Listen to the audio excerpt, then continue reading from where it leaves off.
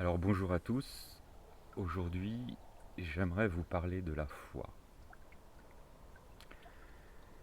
Les religions ont pour principe de nous proposer le salut en échange de l'acceptation d'une idée ou d'un ensemble d'idées, un credo, des dogmes, une doctrine, auxquels on ajoute la plupart du temps une pratique de rite ou de sacrement. En résumé, vous croyez ceci, vous êtes sauvé. Vous n'y croyez pas, votre salut est plutôt compromis. À divers degrés, toutes les religions nous proposent le salut par la foi. Et, et ça vaut aussi d'ailleurs pour les religions sans Dieu que sont les systèmes politiques et les doctrines idéologiques. Mais la foi en elle-même peut-elle nous sauver, peut-elle nous libérer et nous transformer? Alors, pour essayer de répondre à ça, on va essayer de clarifier un petit peu le terme de foi et commencer par un petit peu d'étymologie. Le mot foi vient du latin fides, qui vient lui-même d'une vieille racine indo-européenne qui signifie confiance, fermeté. Et il en va de même pour le mot grec pistis qu'on retrouve dans le grec biblique. L'hébreu biblique, Emouna, vient d'une racine sémitique qui porte à peu près le même type de concept, à savoir la confiance, la fermeté, la solidité d'un point d'appui ou la fermeté d'un sol qui ne se dérobe pas. L'arabe coranique, iman, vient de la même racine sémitique, avec toujours cette idée de confiance, de fermeté, de sécurité. Alors un point intéressant, c'est que le mot Emouna dans la Bible apparaît pour la première fois dans la Genèse. Et ce mot sert à qualifier l'attitude confiante d'Abraham qui répond à l'appel de Dieu, qui lui demande de quitter sa Chaldée natale et son clan pour se rendre dans un pays, une contrée dont il ne sait rien et dont Dieu lui dit simplement qu'il lui montrera. Alors ce qui est intéressant, c'est que Emouna est très concret. Il ne s'agit pas d'une adhésion intellectuelle.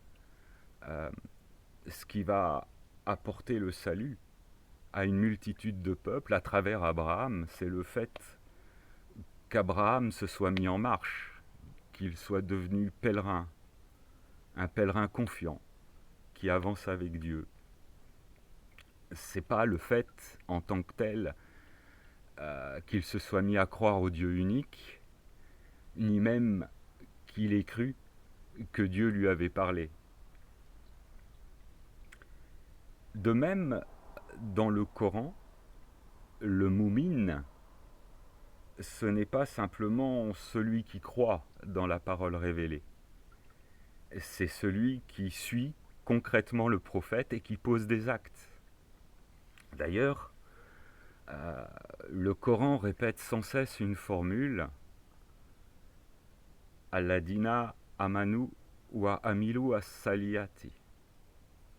Ceux qui croient et qui font le bien, ou qui posent des actes de justice, des actes bienveillants. Ce couple dans le Coran est inséparable. C'est toujours croire et faire. Croire et vivre. De même, Jésus, dans les évangiles, nous dit: ce ne sont pas ceux qui disent Seigneur, Seigneur, qui entreront dans le royaume, mais ceux qui font la volonté de mon Père.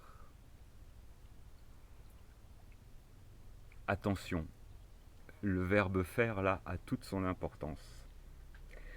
Parce que la foi finalement est bien plus que l'adhésion intellectuelle à une idée ou à un ensemble d'idées. Ce n'est pas souscrire à une liste de convictions obligatoires, même fondée en vérité. La vérité conceptuelle, intellectuelle, ne sauve pas plus que la foi. Le signe, qu'on appelle aussi révélation d'Arès, par référence à la bourgade du bassin d'Arcachon, où elle a été transmise, nous dit « La vérité, c'est que le monde doit changer ». Et ce verset est très intéressant parce qu'il nous rappelle que la vérité ne s'aborde pas en termes intellectuels, en termes conceptuels. La vérité, selon le signe, n'est pas une doctrine. La vérité est mouvement. La vérité est dynamisme vivant. Si je crois que ce verset de la révélation d'Arès a été authentiquement révélé par Dieu, en fait, ça ne me sert à rien. Ce qui va avoir un impact, c'est que je le mette en pratique, que je rentre moi-même dans cette dynamique vivante. Croire dans le signe ne sauve pas plus que ne sauve le fait de croire à quelques formules bibliques. Ce n'est pas le fait de croire que Dieu a parlé à Moïse ou aux prophètes bibliques, ou que Jésus est le Messie, ou que le Coran a été révélé à Mohammed, ou que le signe a été révélé au frère Michel. Ce n'est pas ça qui sera décisif en fin de compte, mais le fait que, effectivement, je me mette en marche et que je mette mes pas dans les pas des prophètes, quels qu'ils soient. Que je vive de leur message et que je me transforme intérieurement et que je change le monde. Les deux sont inséparables en fait. En toute logique, le signe nous dit que des hommes et des femmes qui ont été scandalisés, c'est-à-dire qui ont été détournés de Dieu par les méfaits historiques des religions et qui ne peuvent plus croire, sont finalement sauvés si leur cœur est resté généreux. Il dit « Heureux sont-ils à cause de leur vertu, parce qu'ils connaîtront Dieu. Heureux sont-ils parce qu'ils aiment leurs frères, qu'ils font la paix avec eux. Heureux sont-ils parce qu'ils distribueront entre tous mon héritage. » Ces hommes et ces femmes ne connaissent pas Dieu à travers des livres prophétiques. La plupart du temps, ils sont devenus hermétiques à cette parole. Ils connaissent Dieu de façon infuse au-dedans d'eux, par leur vertu, par leur amour.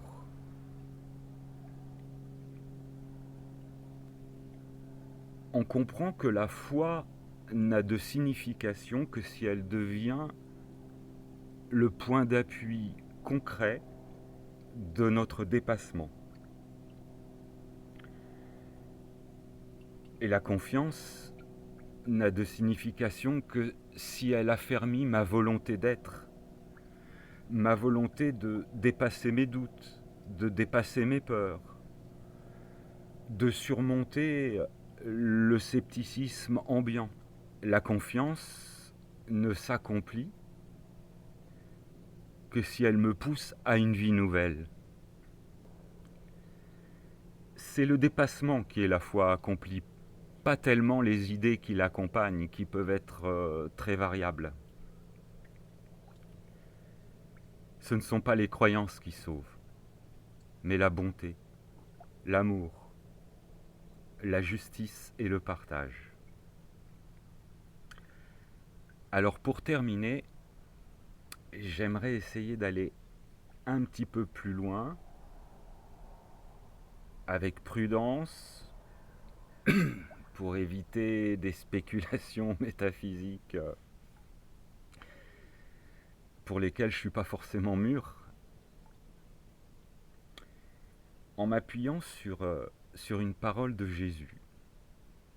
Jésus dit dans l'évangile de Marc, quand vous priez, croyez que vous l'avez obtenu déjà et vous le verrez s'accomplir. Alors je pense que ça n'a rien à voir avec la magie ou la pensée positive. Je crois que c'est beaucoup plus que ça. Cela a à voir avec le fait que la foi vécue nous sort du temps et nous sort de notre contexte limitant. C'est une sorte de connaissance anticipée. La connaissance d'une réalité potentielle, une réalité qui n'est pas un espoir ou un rêve, hein, mais une sorte de mémoire du futur. Alors, je fais attention avec cette formulation parce qu'il ne s'agit pas de penser qu'il y a un destin préétabli qu'il suffirait d'attendre, même avec une grande foi, pour le voir s'accomplir. C'est la conviction confiante, ou mieux que la conviction, la conscience d'une réalité future non encore advenue, mais potentiellement réelle, et donc déjà présente. Ce potentiel réellement existant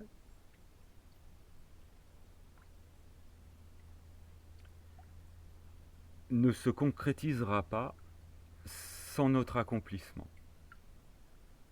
Pour qu'il advienne dans notre monde, il faut l'appeler, il faut le nourrir, il faut le fortifier, il faut le faire naître, le faire venir au monde.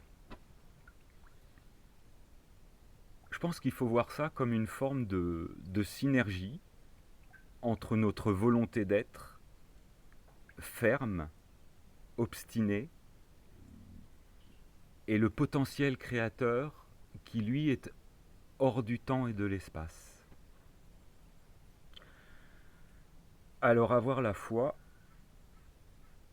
devient une confiance inébranlable, au-delà de toutes les apparences, au-delà de ce monde sensible et de ce qu'il peut nous montrer.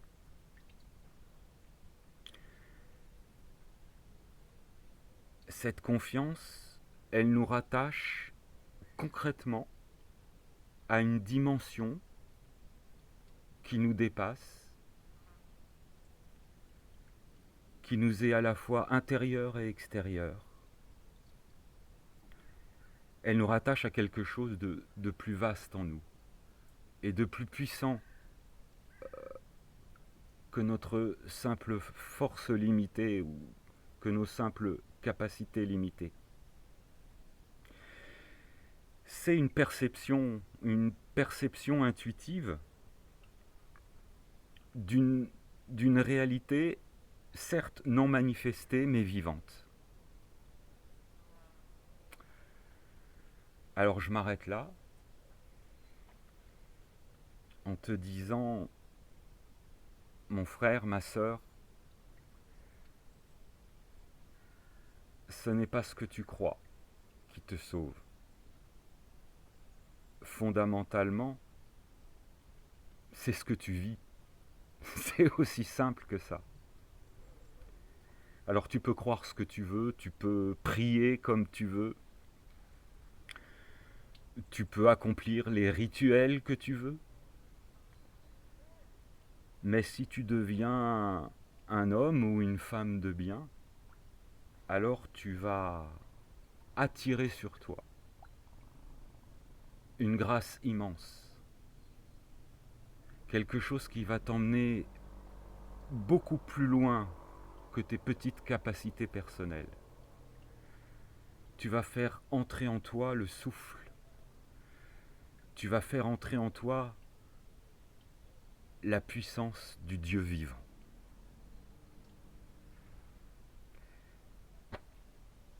Merci de m'avoir écouté.